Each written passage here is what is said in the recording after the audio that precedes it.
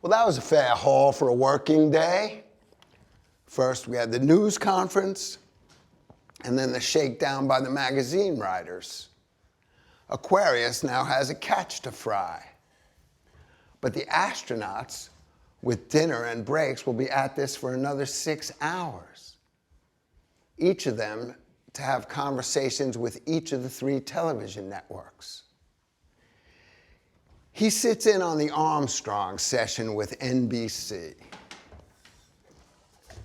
The TV interview adds little to the story of Aquarius, but by one detail it does. The interviewer, Frank McGee, referring to a story in Life magazine by Dora Jane Hamlin, speaks of a dream the astronaut would have when he was a boy. In this dream, he was able to hover over the ground if he held his breath. Ever since he read the article in Life, he's been infatuated with Armstrong's recurrent dream. It was a beautiful dream, to hold one's breath and to levitate,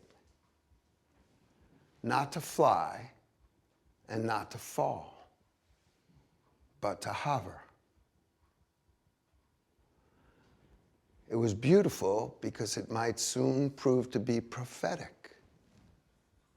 Beautiful because it was mysterious and profound. Beautiful because it was appropriate to a man who would land on the moon.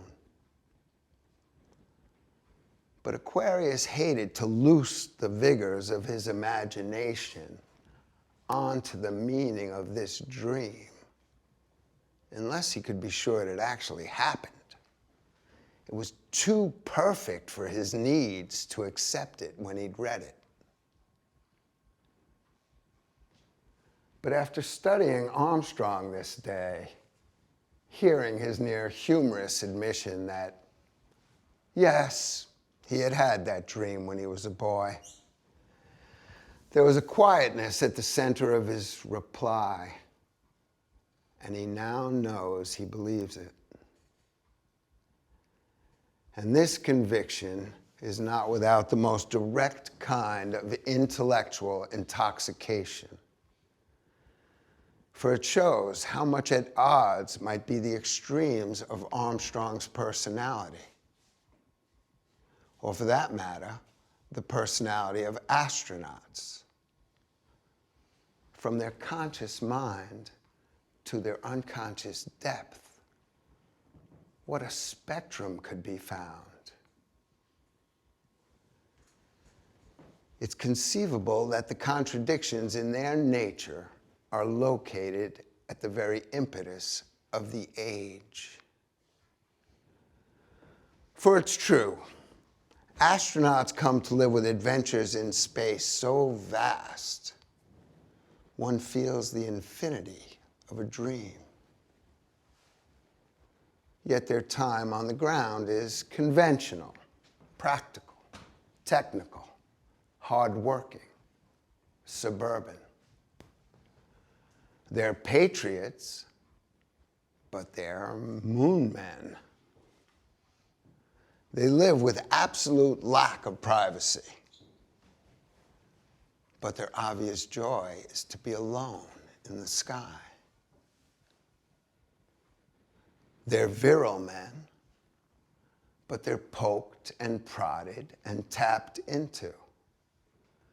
They're flexed and tested and subjected to a pharmacopoeia of drugs. They're virile, but they're done to. Done to like no healthy man alive. So again, their activity is hazardous, bold, far-flung, demanding of physical strength. But the working conditions call for the ability to live in cramped spaces with passive bodies. The patience to remain mentally alert and physically inactive for days. They live with no ordinary opposites in their mind and brain. To dwell at the very center of technological reality, and yet to inhabit, if only in one's dreams, that other world where death, metaphysics, and the unanswerable questions of the universe lie. It suggests natures so unbalanced that they could be the most miserable of men, unless they contain in their huge contradictions some of the profound and accelerating opposites of the century itself.